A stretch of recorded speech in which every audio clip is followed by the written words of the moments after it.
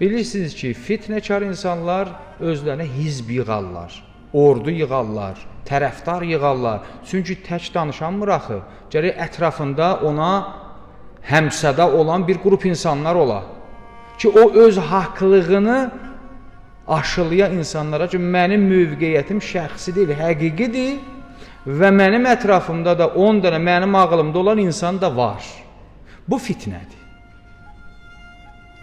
Bu fitnədir. Əli əleyhissalam buyurur ki, deyir fitnə zamanı ayıq olun.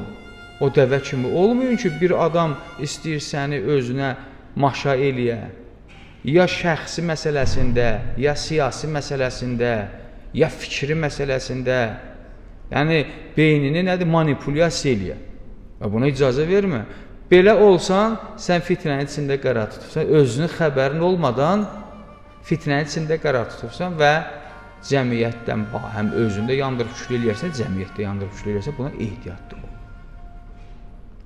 Bu tarix boyu bunu. Əmir-i-Mömininin bir dənə də başqa kəlamı var.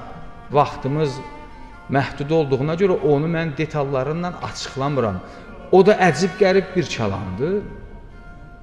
Deyir, mənim belimi 2 zümrə insanlar qırdı. Mənim belimi 2 dəstə insanlar qırır. O dəstənin birincisi alimlərdir ki, dillərinlə, nitqlərinlə batilliklərini bəziyirlər, düzüyürlər. İkinci dəstə bədbəxt dəstədə elmi savadı olmayan kör, avvam mömindir. Alnı səcdələrdə qabar olmuş, zərrə qədər bəsirəti olmayan mömindir. O da belimi sındırdı. O, ataların bir sözü var, deyir, dağıt yarımçıq əlindən. Yarımçıqdır. Nə savadı yoxdur ki, başa salasan. Nə də o qədər bəsirəti yoxdur ki, önünü görə biləkinə. Məsələn, mənim önümdə məni hansı xətərlər gözləyir?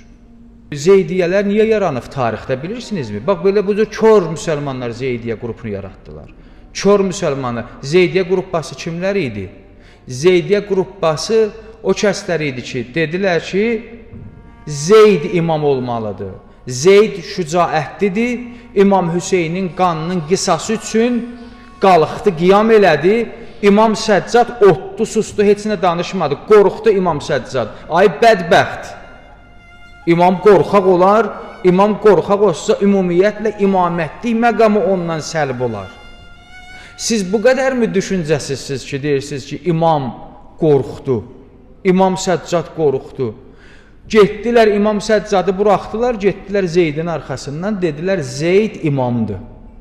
Görə insanın cahilliyi, insanın o düşüncəsizliyi hara gətirir, çıxardır ki, imamı qoyur kənara, gedir başqa bir nəfərin arxasından ki, nədir, bu əlinə qılınc alıbmış, İmam Hüseynin qisasını alıbmış, bu şücaətliymiş, imam qorxaq imiş.